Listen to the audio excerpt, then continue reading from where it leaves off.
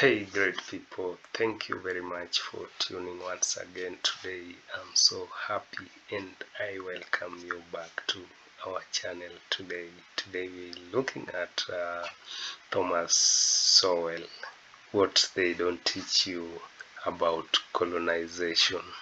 Guys, let's get through this and see what we have.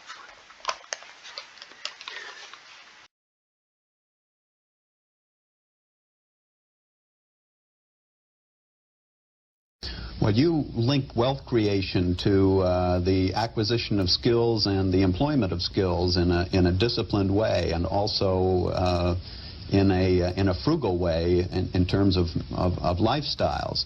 But others would attribute the generation of poverty, the obverse of wealth, to colonialism, imperialism, exploitation, economic exploitation. How do you handle those arguments? Well, insofar as those arguments are meant seriously, you can simply look at evidence. Insofar as they're purely political arguments, they're saying what people want to hear.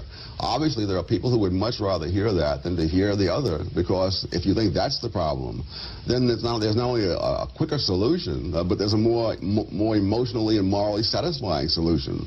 Namely, you fight against the exploiters and so on. If you look at the Third World, for example, those parts of the Third World where the imperialist powers have come in have typically been the more advanced parts of it. They've been the most prosperous ones. Even if they weren't prosperous before they got there, they became the more prosperous parts. Those parts of the Third World that the imperialists have never touched are, almost without exception, the very poorest places on this earth. So you don't find any explanation for poverty in colonialism? The reverse, perhaps? Oh, absolutely. That when the Romans, for example, invaded the British Isles, they conquered the southern part of Britain, but they never conquered Scotland. And for centuries thereafter, perhaps for 1,000 years thereafter, Scotland was far behind England in economic and cultural development, because England had the advantage of tying into the whole Roman civilization, and everything that it had created, to some extent, percolated down through the British. That doesn't mean the British were happy with the Romans being there.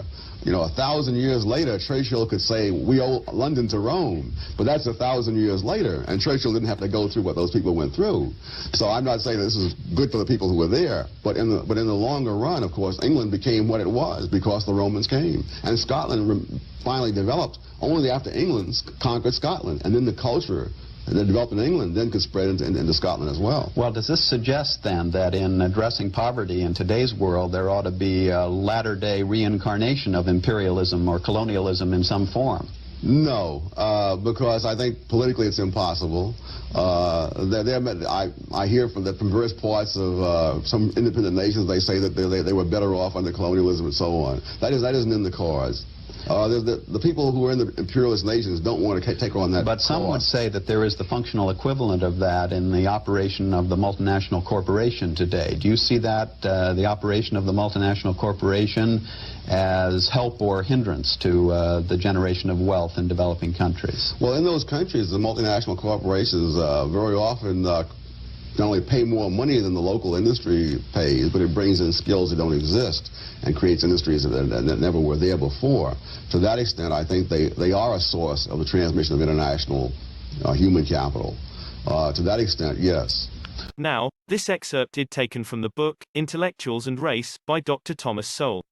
In addition to the inherent geographic advantages that Western Europe has had over Eastern Europe, for example, more navigable waterways leading to the open seas, with Western European rivers and harbors not being frozen over, as often or as long in winter as rivers and harbors in Eastern Europe, due to the warming effect of the Gulf Stream on Western Europe. Another major historic advantage growing out of geography is that Western Europe was more readily accessible to invasion by Roman conquerors. Despite the ruthless slaughters in those conquests and the subsequent brutal oppressions by the Roman overlords, among the lasting advantages which the Roman conquests brought to Western Europe were Roman letters, so that Western European languages had written versions centuries before the languages of Eastern Europe did. To the enormous advantages of literacy, as such, Western Europeans had the further advantage of a far greater accumulation of written knowledge in their languages, even after the languages of Eastern Europe began to develop written versions, but still had not yet caught up with the centuries-long accumulations of knowledge written in Western European languages. Literacy was not the only thing that moved from West to East in Europe. so did coins, printing presses, castles, crossbows, paved streets, and vaccinations, among other economic and social advances. But all of this took time, sometimes centuries. Moreover, people from Western Europe, Germans, Jews and others, were often a majority of the population in Eastern European cities in earlier centuries, while Slavs remained a huge majority in the surrounding countrysides. For example, before 1312 the official records of the city of Krakow were kept in German, and the transition, at that point, was to Latin. Only decades later did Poles become a majority of the population in Krakow. The towns of medieval East Central Europe were often cultural enclaves of foreigners, again, mostly Germans, but with many Jews as well and, in the Balkans, Greeks and Armenians, joined in later centuries by Turks. In short, there has been for centuries, not only a disparity between the opportunities and advances in the two halves of Europe, but great disparities within Eastern Europe itself, between the indigenous peoples of the region, and the transplanted Western Europeans living in Eastern Europe, the Baltic and the Balkans. Neither genes nor discrimination are necessary to explain this situation, though some intellectuals and politicians have chosen to claim that the differences have been due to race and others have chosen to blame social injustices. Many other racial and other groups in many other parts of the world have likewise ended up with large disparities in opportunities and achievements, for reasons that range across a wide spectrum and cannot be reduced to genes or injustices.